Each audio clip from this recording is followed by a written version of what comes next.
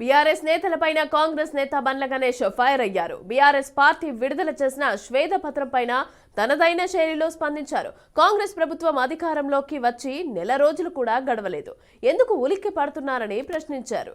ప్రజలు ఇచ్చిన తీర్పును గౌరవించి కాస్త ఓపిక పట్టాలని హితవు పలికారు. ఇక కాంగ్రెస్ పాలన ప్రజలకు దగ్గరగా ఉండటం చూసి ఓర్వలేకపోతున్నారా అని బండ్ల గణేష్ బీఆర్ఎస్ నేతలపైన మండిపడ్డారు. పవర్ లేని వాళ్ళు పవర్ ప్రజెంటేషన్ ఎందుకు సార్?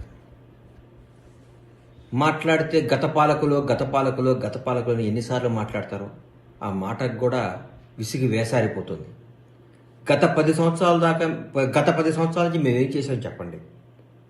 గత 10 సంవత్సరాల నుంచి మేము ఈ రాష్ట్రాన్ని ఏం అభివృద్ధి చేసాం చెప్పండి.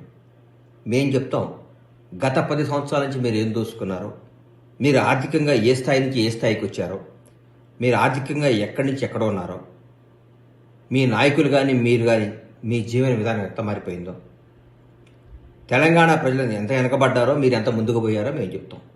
చెప్పాం కాబట్టే జనం నమ్మారు, కాబట్టే నిజాన్ని తీసుకున్నారు, కాబట్టి మాకు అధికారం చేపట్టారు. అధికారం చేపట్టి నెల రోజులు కాకుండా కూడా మీరు అప్పుడే ఎందుకు సార్ అంత ఆతృత, ఎందుకు అంత బాధ, ఎందుకు అంత భయం? కాంగ్రెస్ ప్రభుత్వం అద్భుతంగా పరిపాలిస్తుందనా? కాంగ్రెస్ ప్రభుత్వం ముఖ్యమంత్రి గారు మంత్రులందరూ ప్రజలు అందుబాటులో ఉన్నారనే? అనుక్షణం అందరికీ న్యాయం చేస్తున్నారనే? ప్రజలందరూ సుఖ సంతోషాలతో కళకళలాడుతున్నారనా?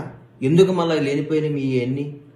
ఆగండి, వెయిట్ చేయండి, టైం ఇవ్వండి, అద్భుతంగా చేస్తాం.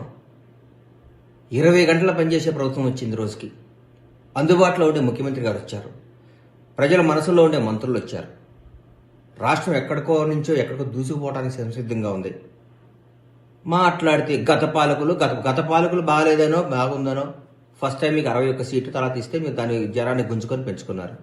ఇంకెన్నిసార్లు చేస్తారు? ఇది ఎట్లా చేస్తారు? ధర్మం ఉండాలి కదా, న్యాయం ఉండాలి కదా.